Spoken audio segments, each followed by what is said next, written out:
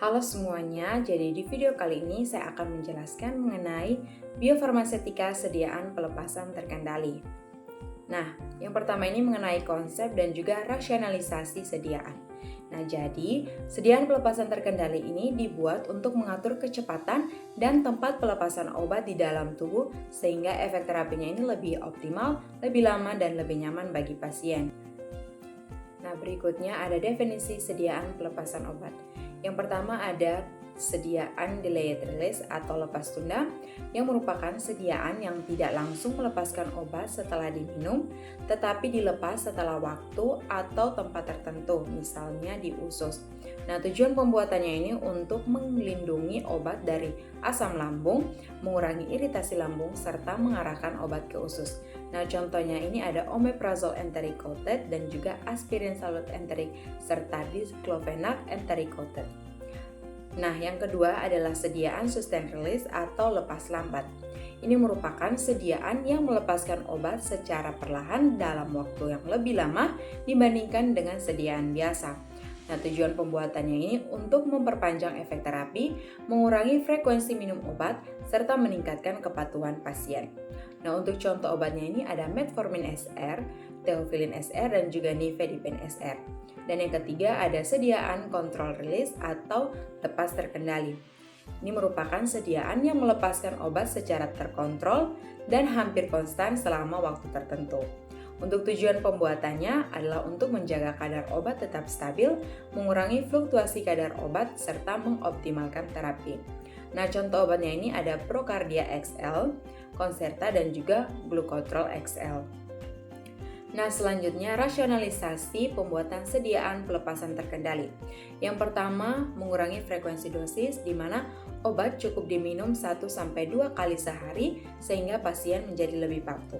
Yang kedua, menjaga kadar obat stabil, ini untuk menghindari naik turun kadar obat yang ekstrim. Dan yang ketiga, mengurangi efek samping di mana kadar obat yang tidak terlalu tinggi sehingga dapat mengurangi toksisitas. Dan yang keempat, meningkatkan efektivitas terapi di mana efek terapinya ini akan menjadi lebih konsisten. Serta yang terakhir kelima, memperbaiki kenyamanan pasien di mana pasien tidak perlu sering untuk minum obat. Berikutnya mekanisme pelepasan obat. Nah, yang pertama ini sistem matriks yang merupakan sistem di mana obat dicampur dalam polimer sehingga dilepaskan perlahan. Nah, pada sistem ini dibagi menjadi dua, yaitu matriks difusi dan juga matriks erosi. Nah, pada matriks difusi, cairan tubuh ini masuk ke dalam tablet dan melarutkan obat, kemudian obat akan berdifusi keluar melalui pori matriks secara perlahan. Nah, kecepatan pelepasan ini dipengaruhi oleh ukuran pori dan juga ketebalan matriks. Nah, contoh polimer yang biasa digunakan ada HPMC dan juga etil selulosa. Selanjutnya, pada matriks erosi, polimer matriks akan mengembang atau terkikis perlahan setelah kontak dengan cairan tubuh. Nah, saat matriks ini mengalami erosi, maka obat di dalamnya akan dilepaskan secara bertahap. Yang kedua, sistem membran atau reservoir. Nah, pada sistem ini, obat berada di inti sediaan dan dilapisi membran polimer. Nah, cairan tubuh akan masuk melalui membran sehingga obat larut dan keluar perlahan. Sistem ini menghasilkan pelepasan obat yang lebih terkontrol, tetapi jika membrannya rusak bisa terjadi dose dumping. Yang ketiga ada sistem osmotik atau OROS, yaitu Osmotic Control Release Oral System. Nah, ini merupakan sistem pelepasan obat yang menggunakan tekanan osmotik untuk mengeluarkan obat secara perlahan dan konstan. Nah, pada sistem ini air masuk melalui membran semi-permeable, lalu tekanan osmotik mendorong obat keluar melalui lubang kecil pada tablet. Nah, sistem ini menghasilkan pelepasan obat yang lebih stabil dan sedikit dipengaruhi oleh pH maupun makanan. Selanjutnya parameter BAB dan juga IV-IVC. Yang pertama ada bioavailabilitas, yaitu jumlah dan kecepatan obat mencapai sirkulasi sistemik setelah pemberian obat. Nah, untuk parameter yang digunakan ada Cmax yang merupakan konsentrasi maksimum obat dalam plasma. Pada Cmax ini menunjukkan intensitas absorpsi obat dan berkaitan dengan efektivitas serta toksisitas. Yang kedua, Tmax yang merupakan waktu yang dibutuhkan untuk mencapai Cmax. Nah, Tmax ini menunjukkan kecepatan absorpsi. Jika T-max-nya cepat, maka onset kerjanya lebih cepat, namun jika T-max-nya lambat, maka pelepasan obat lebih lambat. Yang ketiga ada AUC, di mana AUC ini merupakan luas area di bawah kurva kadar obat terhadap waktu. Nah, AUC ini menunjukkan jumlah total obat yang diserap oleh tubuh. Semakin besar AUC, maka semakin besar bioavailabilitasnya. Nah, yang kedua ada bioekuivalensi atau BE yang menunjukkan kesetaraan dua produk obat dalam laju dan juga jumlah absorpsi obat di dalam tubuh.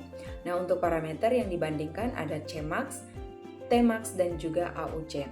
Nah, untuk rentang penerimaan BE pada umumnya adalah 80 sampai dengan 125%.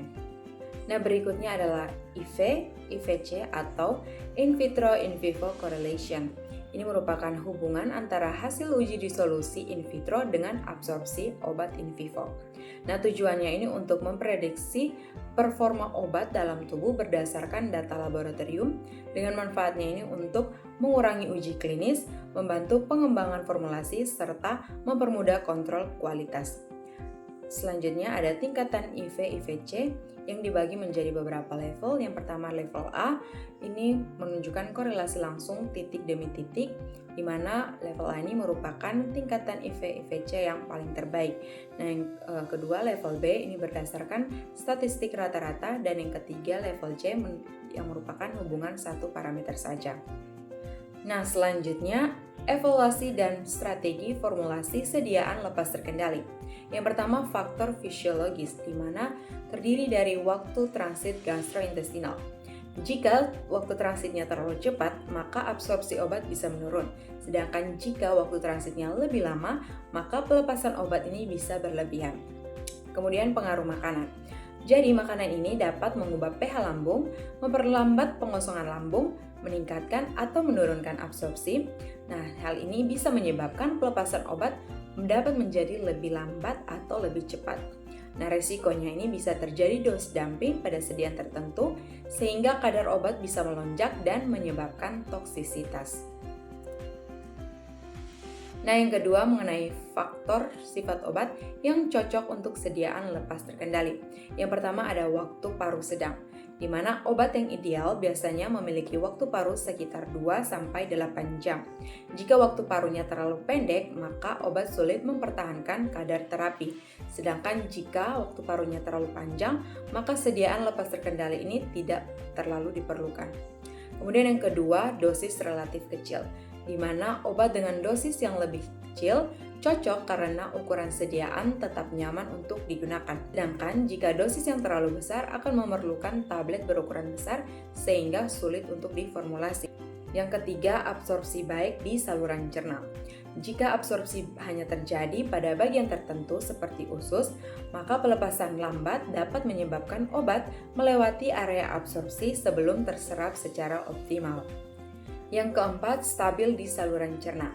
Jadi obat ini harus stabil terhadap pH lambung dan usus, enzim, serta cairan gastrointestinal. Jika obatnya mudah rusak, maka tidak cocok untuk pelepasan jangka panjang. Yang kelima, memiliki indeks terapi yang aman. Obat dengan indeks terapi luas lebih aman digunakan pada sediaan lepas terkendali. Hal ini dikarenakan perubahan kecil kadar obat tidak langsung menyebabkan toksisitas. Nah, berikutnya ini ada strategi formulasi sediaan lepas terkendali. Nah, ada beberapa strategi yang dapat digunakan. Yang pertama, penggunaan polimer hidrofilik atau hidrofobik. Yang kedua, penggunaan sistem matriks. Yang ketiga, penggunaan sistem reservoir atau membran. Yang keempat, penggunaan sistem osmotik atau oros. Yang kelima, modifikasi ukuran partikel. Dan yang keenam, pelapisan khusus. Strategi tersebut bertujuan untuk mengontrol kecepatan pelepasan obat, lokasi pelepasan obat, kestabilan obat, serta durasi efek terapi. Sekian mengenai penjelasan biofarmasetika sediaan pelepasan terkendali. Semoga apa yang dijelaskan dapat dipahami. Terima kasih.